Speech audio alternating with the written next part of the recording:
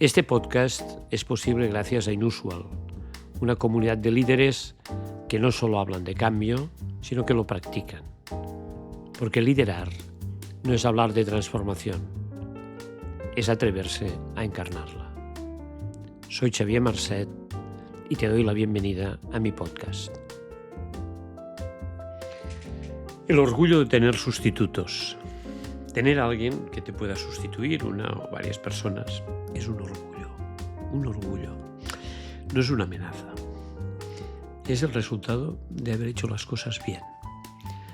Además, es la oportunidad que tienes de continuar creciendo. Si apostamos por una cultura de crecer haciendo crecer, lo sensato es pensar en hacer crecer a nuestros sucesores, en general a toda la gente de nuestros equipos. Incluso cuando no pensamos en dejar una responsabilidad, hay que revisar nuestras agendas, repartir juego, repartir otra vez las cartas para que todos podamos crecer. No podemos olvidarnos de cuando éramos aspirantes. No podemos olvidarnos de aquellas nuestras ansias por demostrar nuestra aportación e implícitamente nuestro talento. Una organización en la que la gente no tiene aspiraciones es una organización enferma.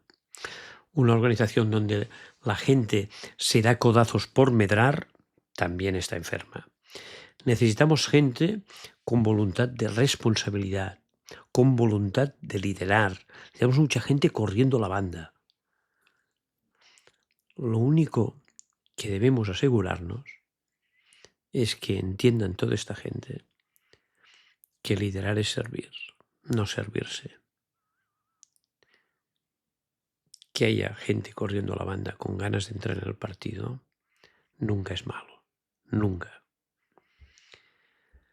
Nuestro trabajo es cuidar el futuro dando resultados en el presente. That's it. Propiciar con los resultados de hoy el futuro de nuestras organizaciones y ser capaces de construir y concretar las nuevas oportunidades. Y si jugamos un papel de liderazgo, nuestra responsabilidad es crear nuevos líderes. Líderes que crean líderes. Rebustecer nuestra cadena de responsabilidad y de inspiración con gente que se ponga al servicio de los demás y quiera asumir el privilegio de la complejidad. Estar en los lugares de decisión es aprender a disfrutar tomando decisiones difíciles. Aprender a decidir sin necesariamente dejar de dudar. Aprender a enfrentar los dilemas, además de los problemas. Lo que no es de recibo es esa gente que medra para poder tener poder y luego no es capaz de entender que la gente no trabaja para él, sino que cuanto más arriba estás, eres tú el que trabajas para la gente. Tener responsabilidad es disponer del privilegio de servir más, de poner los recursos y la influencia al servicio de algo que valga la pena, de un propósito que nos trascienda, de algo que se oriente a un legado realmente ilusionante. Necesitamos forjar una cultura de lo que significa la responsabilidad y el liderazgo. Nuestras escuelas de management deberían formar más a la gente para el servicio que para la ostentación. Preparar a la gente para asumir altas responsabilidades, esquivando la arrogancia y la autocomplacencia. Líderes que crearán líderes, que pensarán en quién les puede sustituir y lo verán como parte de su legado. Líderes que no cejan hasta tener alrededor personas que actúan como contrapuntos solventes.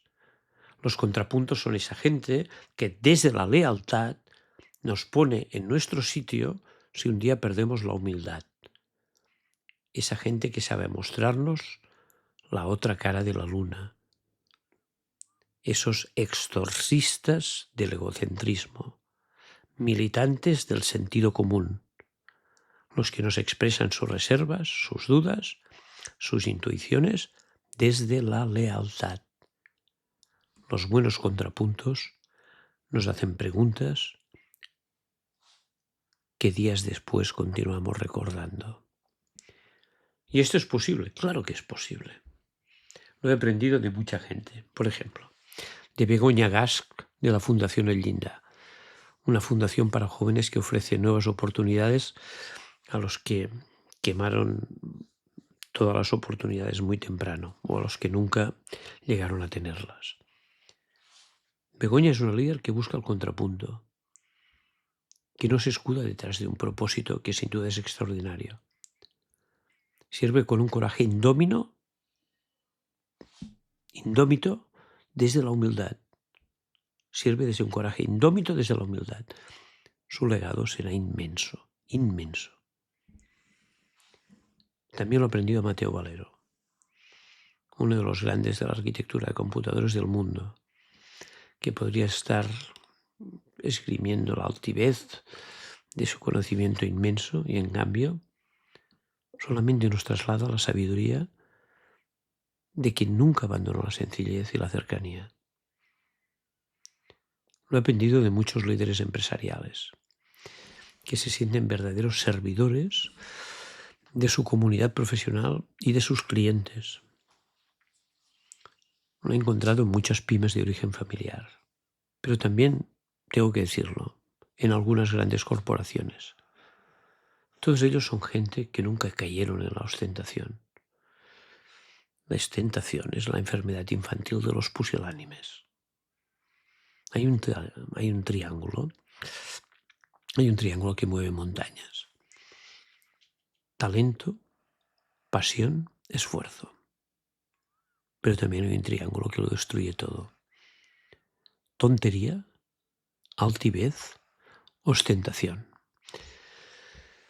La lista de gente que no responde a este perfil que les estoy hablando debe ser inmensa. Yo también conozco a altivos empresarios que usan el poder para ambiciones propias. Sin duda, los conozco.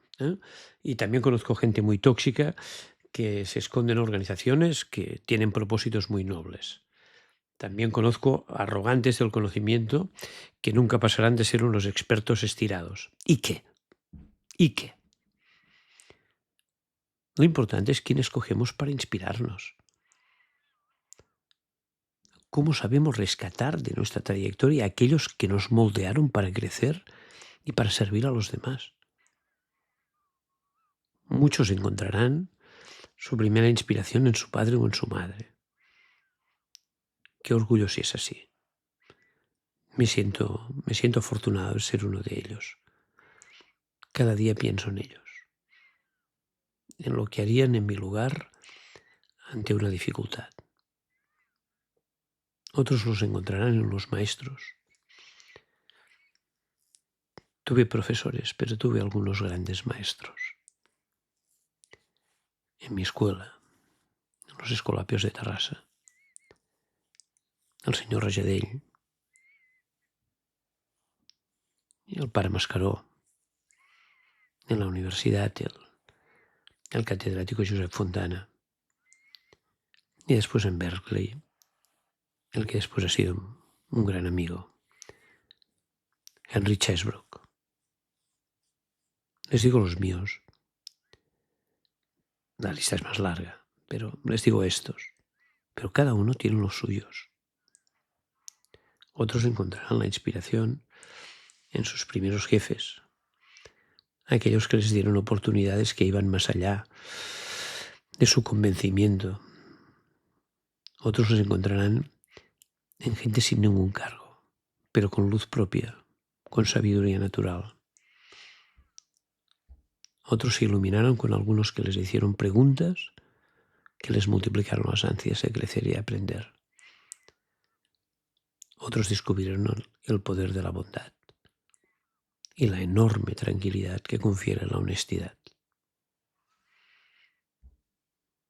Tenemos que reconocer a los que nos inspiraron, a los que nos hicieron crecer. Hay gente que no sabe reconocer a aquellos que le hicieron crecer. Esa gente nunca verá como un orgullo tener sustituto. Siempre lo verá como una amenaza. Es la generosidad la que nos hace crecer. La arrogancia solamente nos vuelve mediocres. Para liderar sirviendo a los demás, no hay que haber estudiado en una gran escuela de negocios. Hay que haber tenido la humildad de aprovechar a los que nos brindaron su generosidad para permitirnos crecer y saber acordarnos de ellos. El día que sentimos el orgullo y no la amenaza de tener un sucesor, ese día hemos subido un peldaño.